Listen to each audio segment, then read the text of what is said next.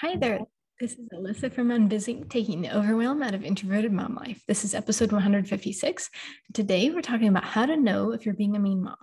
So, how do you know if your standards are set too high for stuff you've asked your kids to do, that is? When do you need to back off, take a time out, and just let kids be kids?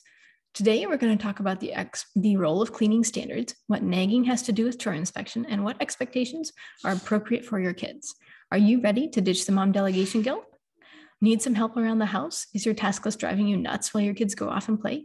Get instant access to your ultimate chore delegation cheat sheet, because the last thing you need is more on your to-do list. But guess what? Your kids just need to be told what to do. Grab your chore list, match up your kids' ages, and start clearing your to-do list. I've put the link for you in the description below. First off, let's get one thing straight. Baseline standards of cleanliness, whether for their faces or the floors, are not mean. Far from it. You're teaching your kids to survive in society. Their dorm roommate, office mate, or spouse is going to expect a modicum, more than a modicum of neatness from their prospective partner, right? So now's the time to teach your kids what cleanliness looks like. No, you may not leave crumbs on the counters or the ants will come in. No, we have to wipe sticky spills off the floors before it's labeled clean. Otherwise, that juice will attract dirt and create an even bigger problem for you next time.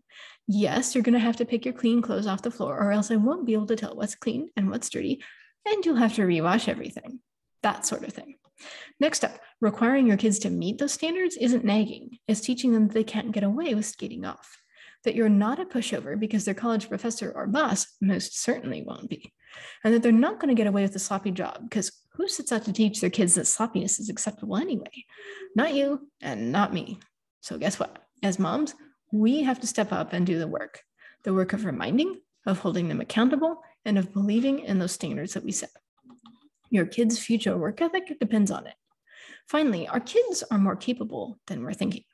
Obviously, don't kick them out in the cold, aka far beyond their comfort zone, but do ask them to step up and give you a hand with the recipe, to differentiate weeds from seedlings in your garden, or to figure out how to scrub that pesky stain off the floor. They've got ideas, they can understand basic concepts, and they've certainly got the elbow grease. At the very least, you will have fewer layers of grime to take off later. Where do the chores need an up level in your house? Is it the lingering guilt around asking your kids to help out? Or ditching the mindset that reminding equals nagging?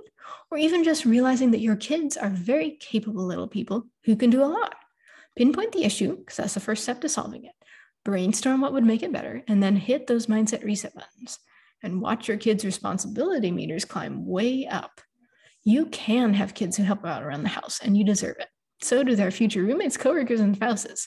So ditch the delegation guilt, set those cleaning standards, and get help with the chores today. Do you need some help around the house? Is your task list driving you nuts while your kids go off and play? Get instant access to your ultimate chore delegation cheat sheet, because the last thing you need is more on your to-do list. But guess what? Your kids just need to be told what to do. Grab your chore list, match up your kids' ages, and start clearing your to-do list. I put the link for you in the description below. Have a wonderful day.